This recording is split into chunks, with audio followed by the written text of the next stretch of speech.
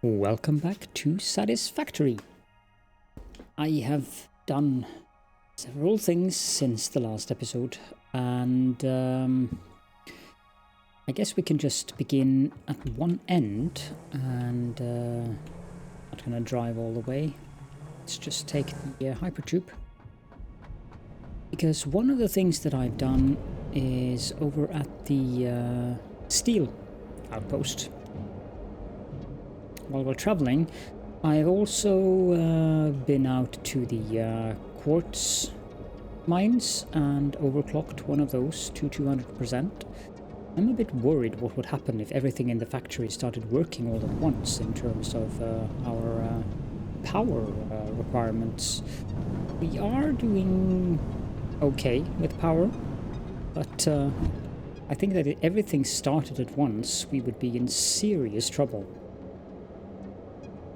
However, that's soon to be fixed. Not in this episode, soon.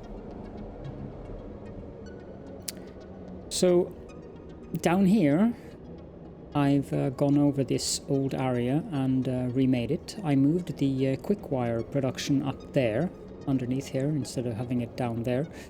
So I'm now producing as much quick wire here as I am in the other base, which is to say that I am producing a grand total of 780 quick wire, which is exactly what we can transport on a Mark V belt. So I have two locations producing 780 quick wire. In this base, I've also done some... that sound. I haven't heard that one before. I've also done... what's going on here?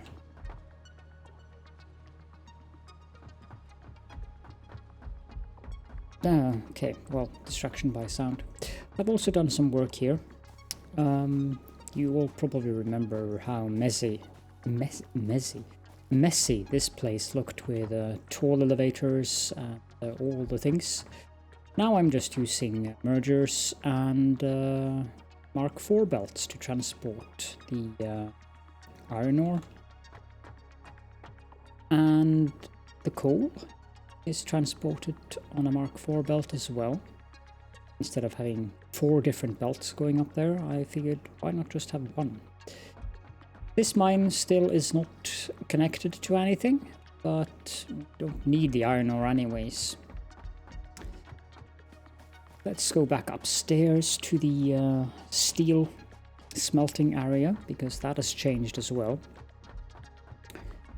We have 12 foundries standing back to back, and they are using the alternate recipe for solid steel ingots. So we are creating a grand total of... down somewhere. Yes, 720 steel ingots. And we are, of course, using the maximum necessary for that. I believe is 480 iron ingots and 480 coal. I think it is 480, yes. Then I extended the steel pipes so that instead of having 8 steel pipe constructors, we now have 16, which means we are making 320 steel pipes, and we're currently using 184 of those. If I have remembered to update that, I don't know if I update that.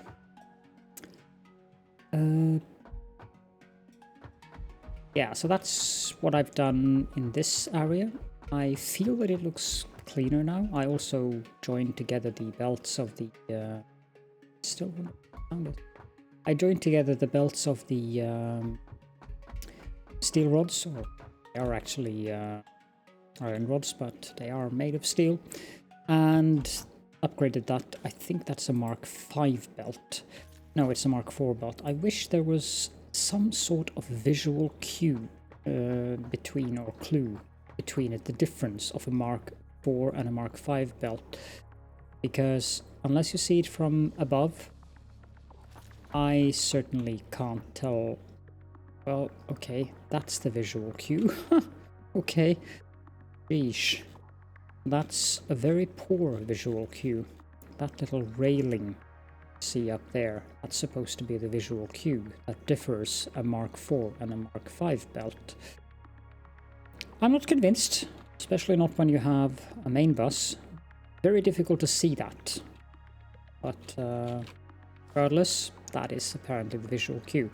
I wish they could instead do the lights, because that is much more useful and visible at a distance.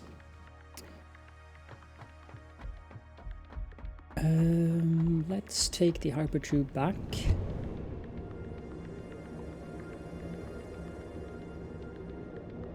I've upgraded some of the belts, so there are fewer belts on that internal bus, as you can see. Far fewer belts. I've also cleaned up massively down here. Let's go over there and have a look as soon as we arrive at the end of the hypertube. Also, as you probably have noticed, the hypertube here, I think I mentioned that in the last episode, but the hypertube here now just goes all the way over there, because I rarely have to go to the old hub area anyways. I should do some belt upgrading on the screw manufacturers and clean up this mess, as it isn't really necessary to be like this anymore. So what I've done here is I've moved the belt that was going through the ramps. I've moved it up here, so the belt with the iron rods is now coming underneath the belts of iron plates. The iron plates I haven't gathered into one belt, because one of the belts are veering off.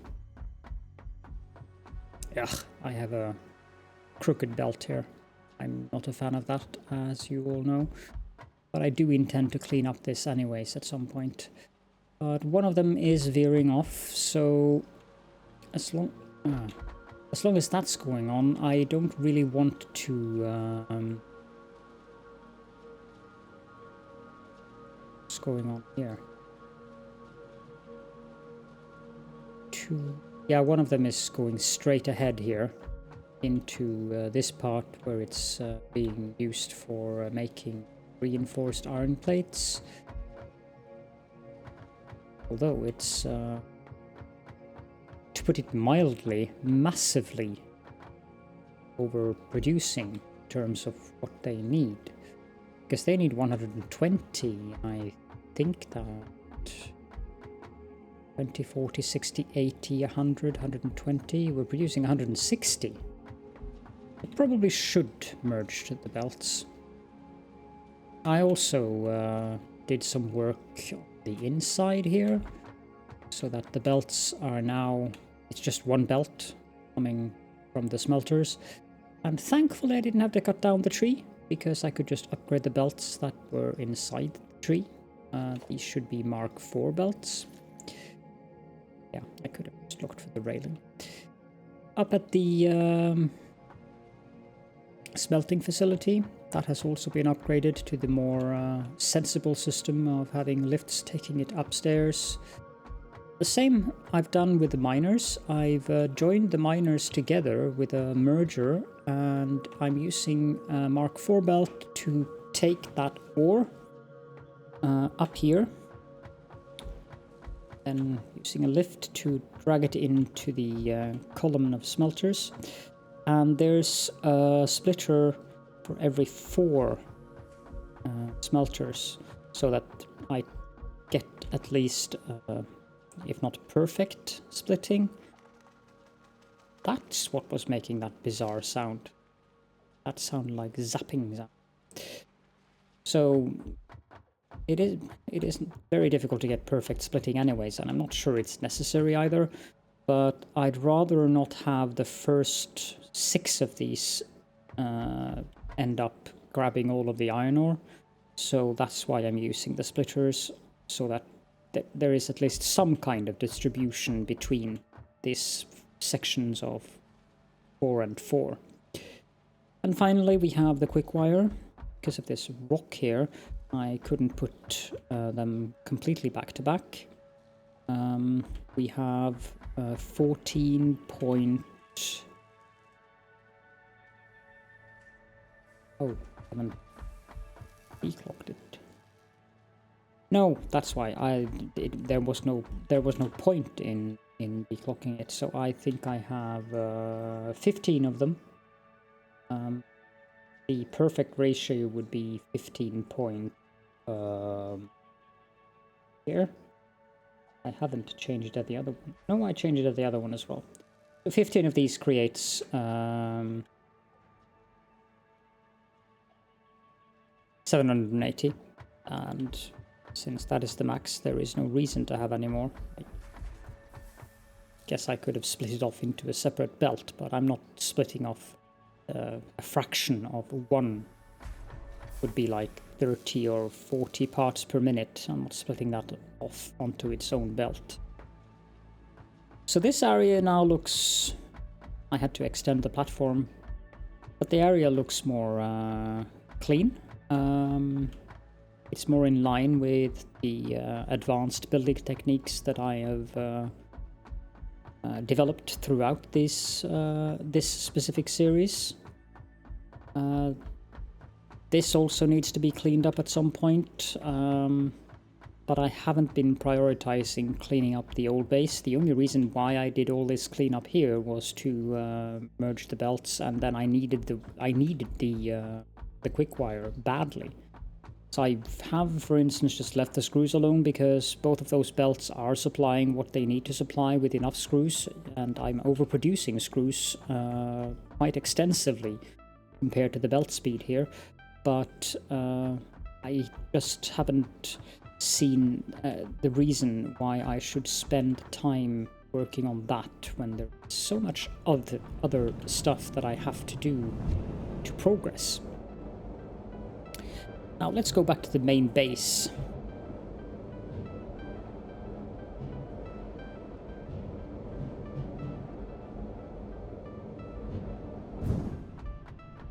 In the main base, I have done a few things that are definitely relevant. One of the reasons why I needed to upgrade the quick wire was because of this section up here.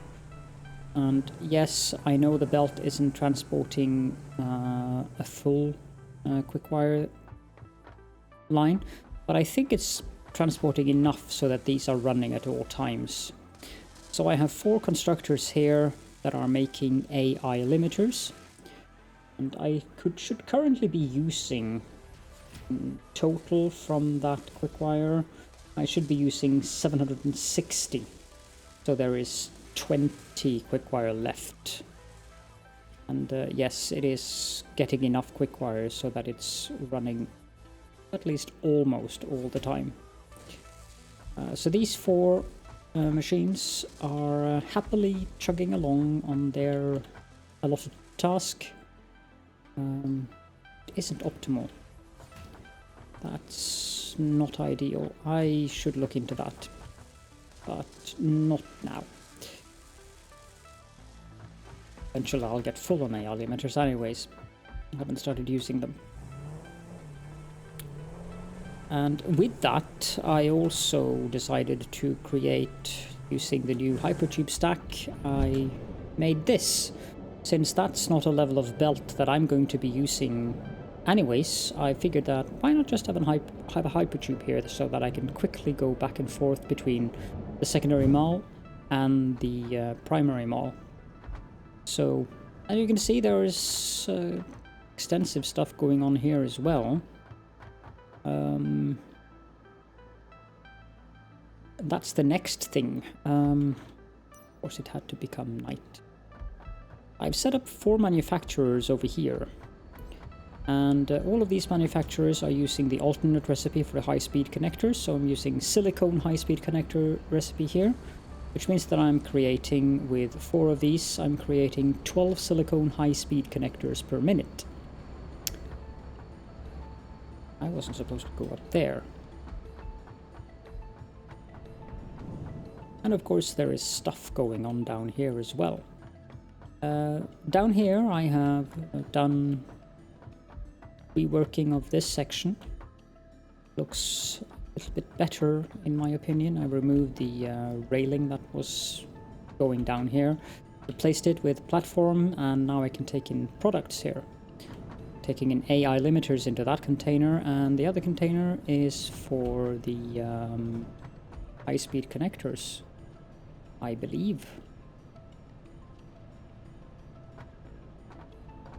Certainly took its time. Yes, the other one is for high-speed connectors. I have this little hypertube here to get up and down. And I'm quite happy with what this area looks like. Admittedly, there are some crooked and some bended belts here, but looks very factory-like and industrial-like. And then you have, of course, this entrance here where you can walk inside, and it feels like you're walking into a factory with a glass ceiling and everything. But this is just the underworks of the factory. This is where I'm belting all of the things underneath the factory and then out and into the mall. And also I'm belting the copper ore in here, as probably already know. So we have the motors coming down here, for instance, and they're being belted over there. That's the only thing that's coming on down from over there. Here we have the computers.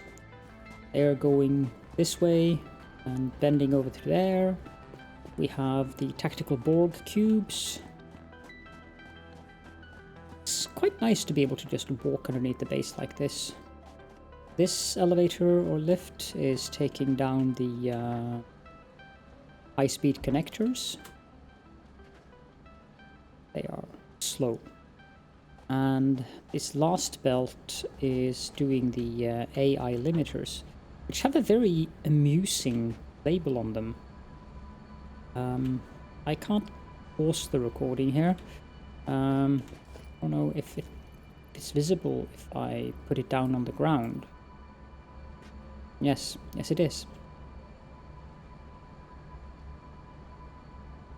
Warning. Be sure to always limit your AI. I was thinking I would install one of those in Catherine. Maybe we'll get less assimilation that way. Well, yeah. I wonder if I put down that thing, like, on the belt. Okay, so I actually have to go put it into a container. That's more useful than Factorio, where you can actually just put it on the belt and it moves off.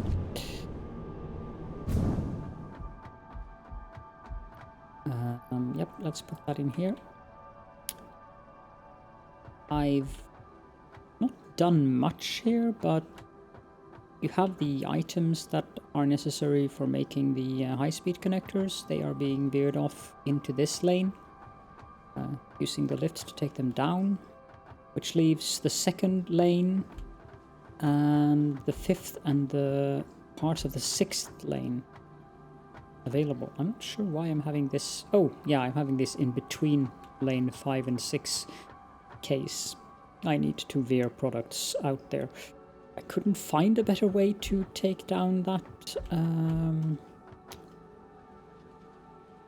Yeah, these are the circuit board. I couldn't find a better way to do that and get a straight turn, which I must admit annoyed me slightly. But it'll be fine.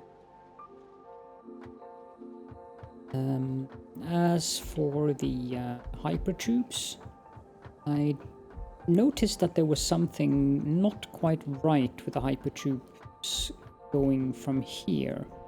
The height difference and so forth were wrong. I still feel that there's something wrong here, but as far as I can tell, it seems to be in alignment. This one is one away from the edge and on the grate. And this one too is one away from the edge and on the grate, but it still seems, you're looking at it, that there is something bent.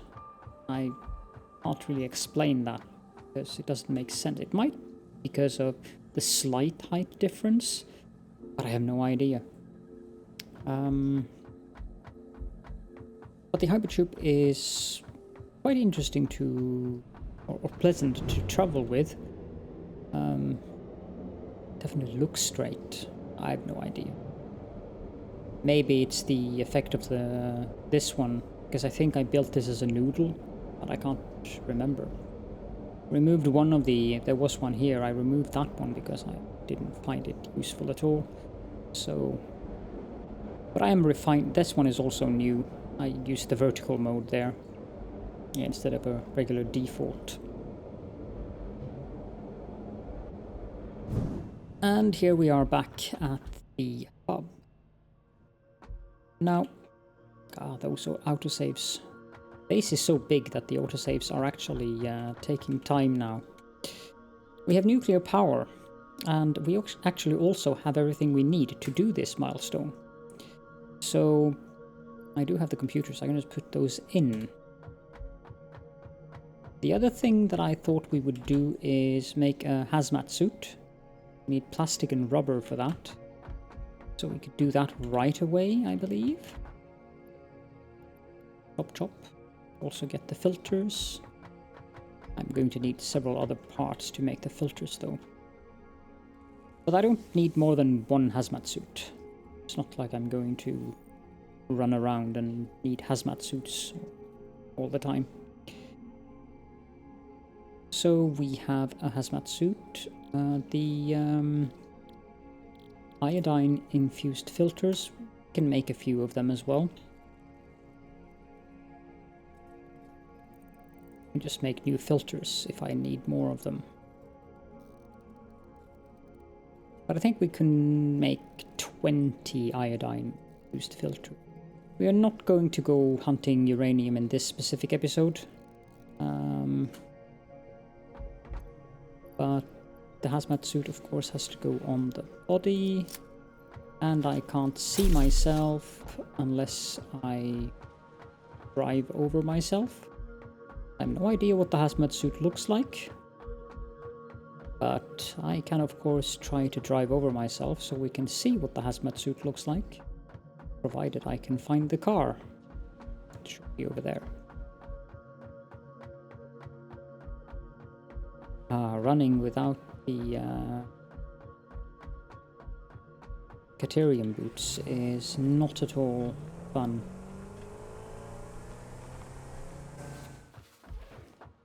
Oh, that's wrong. It's wrong too. I think I have to do it this way. Almost.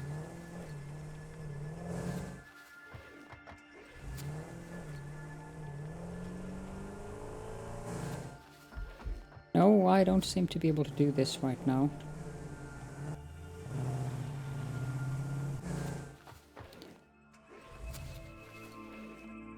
It definitely seems to be yellow, based on what I can tell.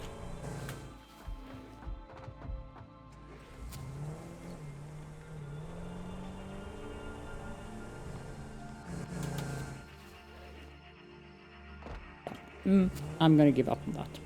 That's gonna be pointless.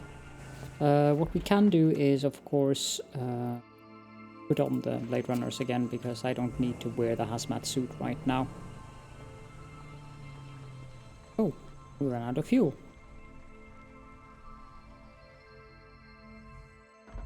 Compacted coal lasts for so long that I completely forget about the entire thing. We can put the hazmat suit and the iodine infused filters into the container of car, because I don't need them cluttering my inventory. So this is where the Borg cubes go down. This is where the high-speed connectors go down. That's where the computers go down. Oh, yeah, that's another thing I did. I extended the rotors, stators, and motor assembly lines, so we now have 2 assembly machines making motors here, and we have 2 overclocked assemblers making quick wire stators in this assembly line in there. And we have 4 steel rotor assemblers here, so we're making 20 stators and 20 rotors, which we are then translating. Motors, I think it's 10, so 20 motors? No, it's so we have 10 motors being produced by these, or from these, I should say.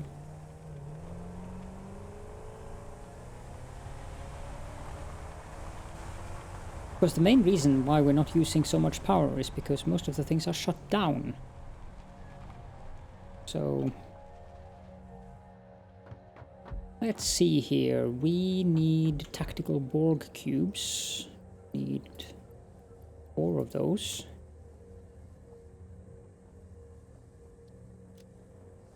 We need computers. We need 4 of those as well because I want to keep a stack. Should actually take 1 more stack of tactical Borg cubes for that very reason as well. We also need high-speed connectors, and those are being stored here. Let's grab a stack of those. And drive back to the hub.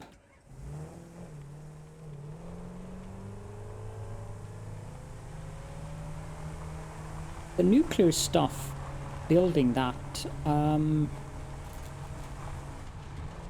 that's going to take some planning on my end. I haven't really decided where to build it. I did talk about it in either the previous episode or the episode before that I wanted to make it kind of out of the ways, possibly up here or something. But I don't know how big that radius bubble is. But it does need water, so it has to be made by an ample source of water. So it does make sense to build it like up here in the corner, be up there. There's an oil patch somewhere here, but I don't really need oil. At least not currently, and even if I do, I could always just use the hazmat suit to get out, build the oil drills, and then get out of there again. I'll put these in here. Ah, crap. I forgot to bring the AI limiter. Sorry about that.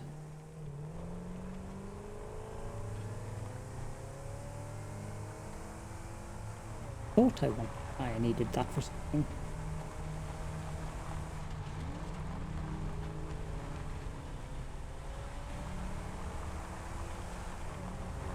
As for the production lines, there are not many things left for me to produce.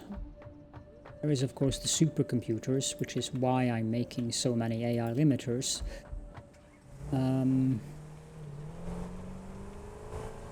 But I'm mostly reaching the end of the things that we can produce. So parts of the things that I want to do is have a closer look at refining. I mean, I'm not using quite a bit of the crude oil that I'm refining, so I want to experiment with the ratios of the various refineries and see if I can make a loop that actually is self-sufficient. I mean, the current loop is self-sufficient, but it has the requirement that things has to be used in the loop, so off you go. Milestone reached. With the provided buildings and parts, you can now set up nuclear power generation, which balances an increase of fuel production complexity with improved power output. Uranium scanning unlocked. Note: this method of power generation creates nuclear waste. Yes, I'm acutely aware of that nuclear waste, so have no fear, Ada. We know, and we know that we have to deal with that specific part. Okay, what else? What else? I had the necessary AI limiters in the chest here. Oh well.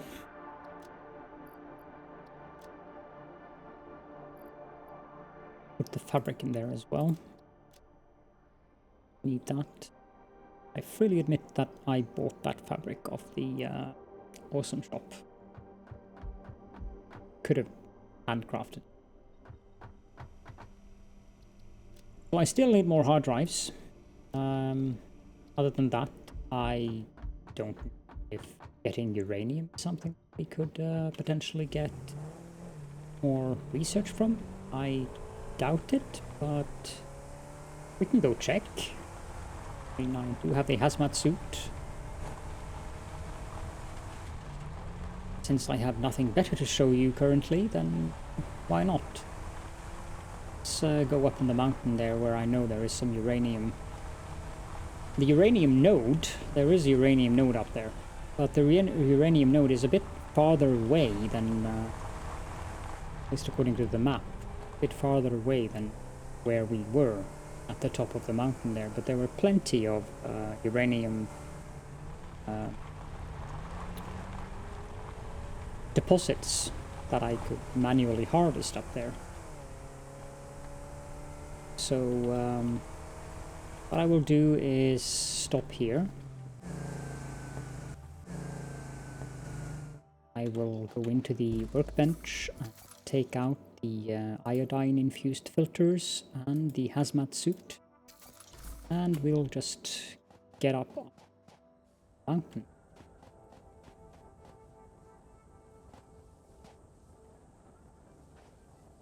I feel like I'm a mountain goat. This jump. This is the place where I always struggle.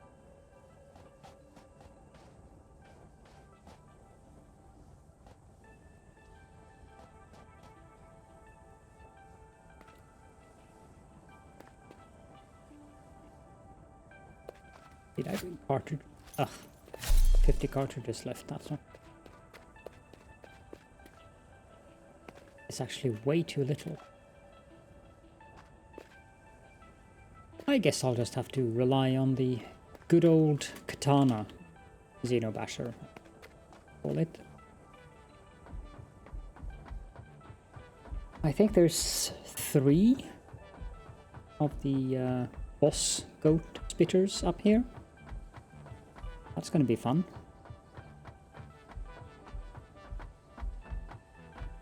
Particularly the part where I can't see them. It's the most fun part of it all. There's 2 of them.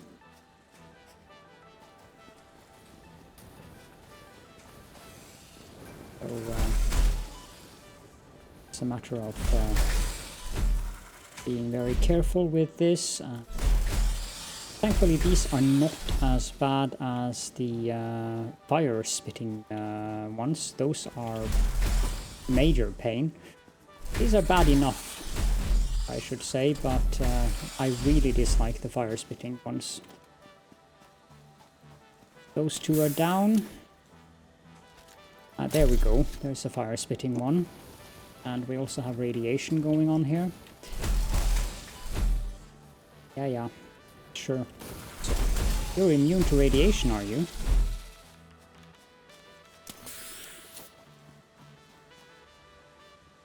Okay. Are there any more of you?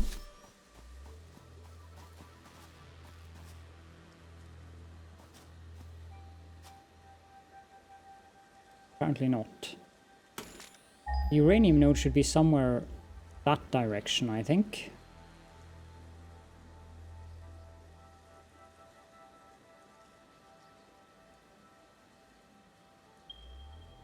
Yep, 1203 meters. That's exactly the direction I was facing, actually.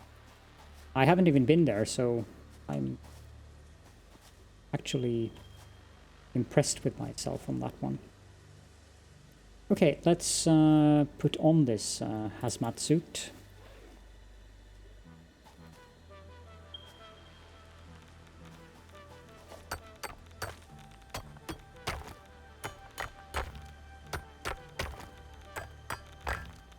That thing runs through the iodine filters pretty quickly.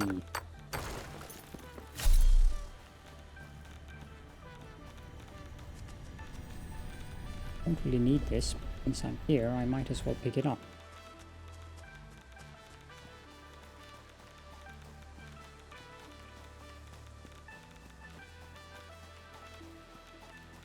Yeah, no, this is not acceptable at all.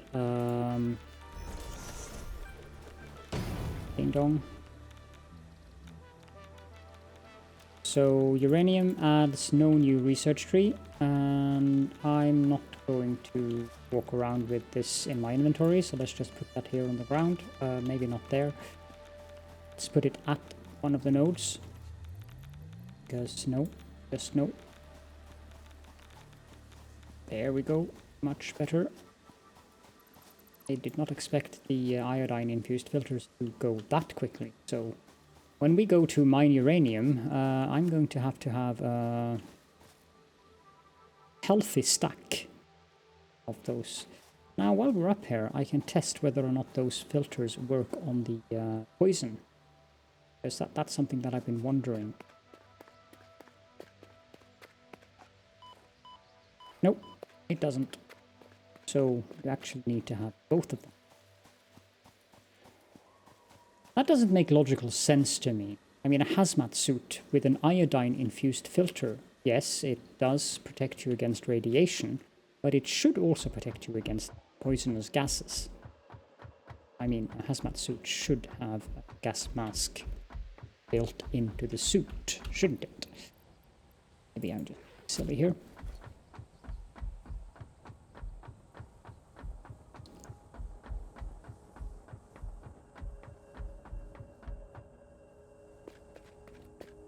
So let's get down again. Mountain goatiness. At least I'm not spitting mountain goat. That would be rough. Spitting acid or fire.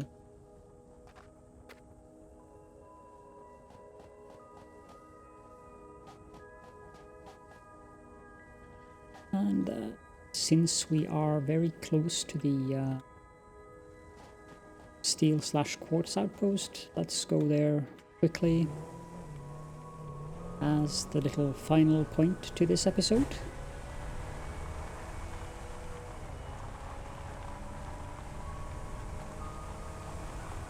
And we can park here. Okay, so that's how I would have done it. Okay, well, whatever.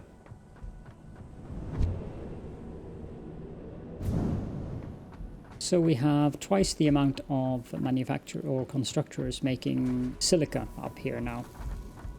I basically just upgraded the pure quartz node, so I got double the amount of raw quartz coming in, and then I upgraded the belt to 4.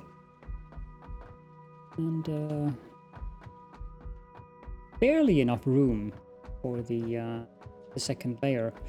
But since these produce so much silica as they do, they would saturate a Mark V belt.